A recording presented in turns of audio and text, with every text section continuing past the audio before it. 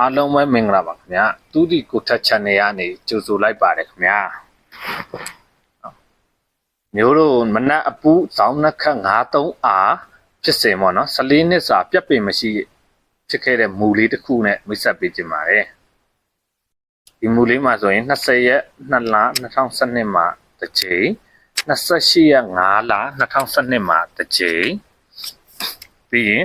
15ရက်10လ2012မှာတစ်ချိန်2012မှာ3ချိန်ဖြစ်ခဲ့တာပေါ့နော်ပြီးရင်18ရက်17လ2013မှာ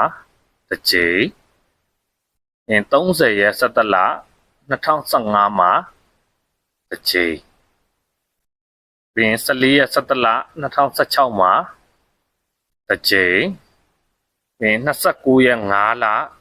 2019မှာတစ်ချိန်ပြီးရင်10ရက်6လ2020မှာတစ်ချိန်ဖြစ်ခဲ့တယ်ပြီးရင်2ရက်8လ2021မှာတစ်ချိန်ပြီးရင်17ရက်4လ2022မှာတစ်ချိန်ပြီးရင်10ရက်3လ2025မှာ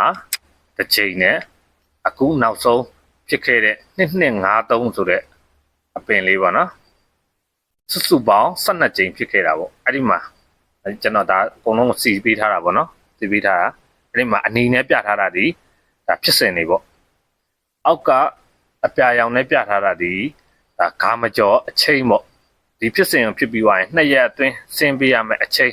16ချိန်ပြီး3ရက်အတွင်းဆင်းပေးရမယ်အခွေပေါ့နော်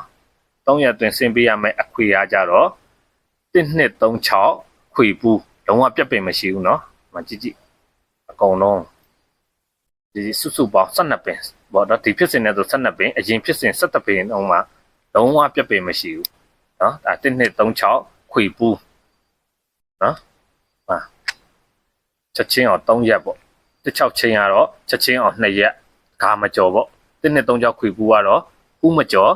ချင်းအောင်3ရက်เนาะပြီးသွားလို့ရှိရင်အမှ6ပတ်သီး6ပတ်သေးဒီချက်ချင်းအောင်2ရက်ဂါမကျော်ပေါ့မိန်းက6နှစ်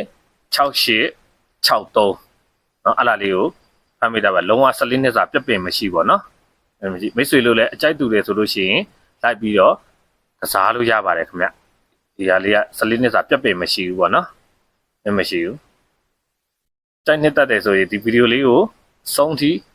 ကြည့်ရှုပေးရတဲ့လဲကျေးဇူးတင်ပါတယ်ခင်ဗျမိတ်ဆွေလို့ကြိုက်နှစ်တတ်တယ်ဆိုလို့ရှိရင်လိုက်ပြီးတော့